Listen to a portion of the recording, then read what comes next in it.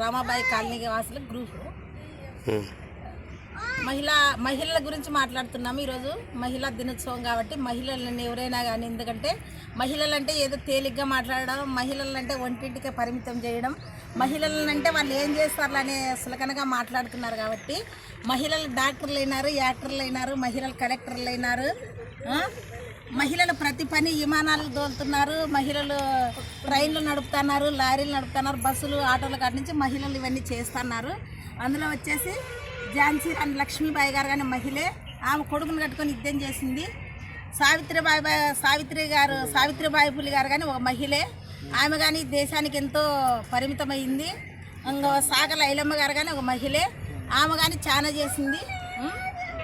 రుద్రందేవి కానీ ఆమె మహిళే, ఆమె కానీ చేసింది రాణి రుద్రందేవి కానీ.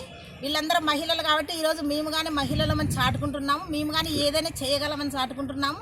ఈరోజు మహిళని జయించిపోయేది కానీ ఏది లేదని, మహిళని మించిపోయేది కానీ ఏది లేదని, మహిళలు అన్ని చేయగలగమని గర్వంగా చెప్పుకుంటున్నాం.